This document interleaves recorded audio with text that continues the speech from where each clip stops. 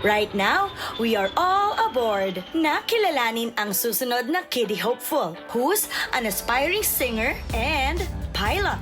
Pero dito sa mundo ng Idol Kids, parang kailangan niya munang mamili. Ako po si Marcia Escalimcano, 11 years old, nakatira sa General Trias, Cavite.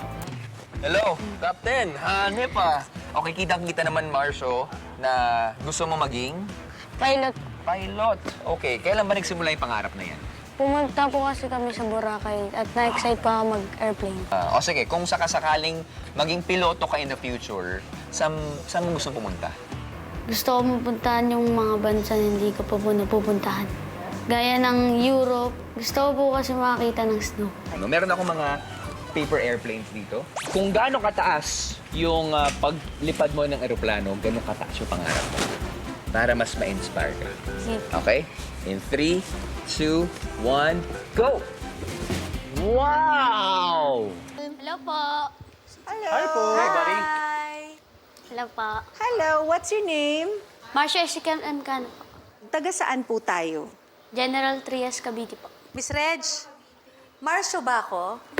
Yes. Ano ang pangarap mong marating, Marcio? Maging piloto po. Ang exciting nun kung you're a singing pilot. Wala pa akong nakitang ganun, Miss Reg. Bakit gusto mo maging piloto? Para po makasama po yung kapatid kong makapunta po sa ibang bansa. Nasaan ba si kapatid? Nasa bahay po. Hindi naman po masyado yung po yung sakit niya po. May sakit siya? Apo. Ano yung sakit niya? May sakit po siya sa bukol. Kaya kailangan po ipagamot. Sumali po ako sa Idol Kids para po matulungan po ang aking kapatid.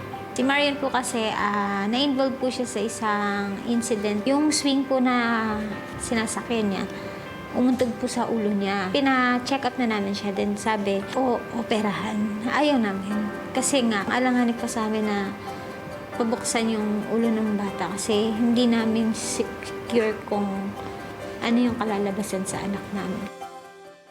Kaya ang pangarap mo, maging piloto para matravel mo yung brother mo. Apo. Apakagandang pangarap naman nun. Idasal natin yan kay Lord para matupad at para humaba pa ng mahabang-mahaba ang buhay ng kapatid mo para mag-travel kayo together.